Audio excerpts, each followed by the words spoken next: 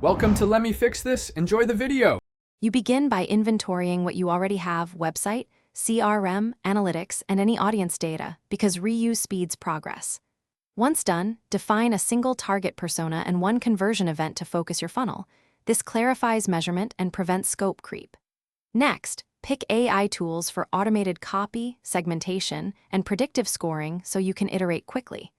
Make sure to connect data sources now. Without clean inputs, the AI won't produce reliable outputs, and you'll waste time downstream.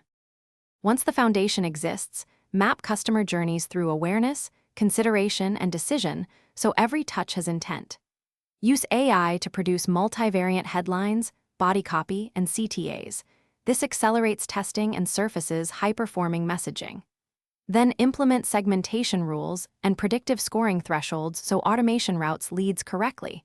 When a lead crosses a score threshold, trigger tailored sequences. Be deliberate about cadence and frequency, because too many touches reduce conversion, and controlled experiments reveal what actually moves your KPIs. To finish, ensure conversion tracking and attribution feed back into your models so revenue metrics drive decisions.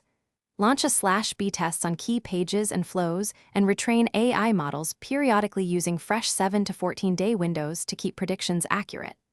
Once live, monitor for model drift and KPI declines. If performance drops, roll back to a prior model or retrain with corrected labels.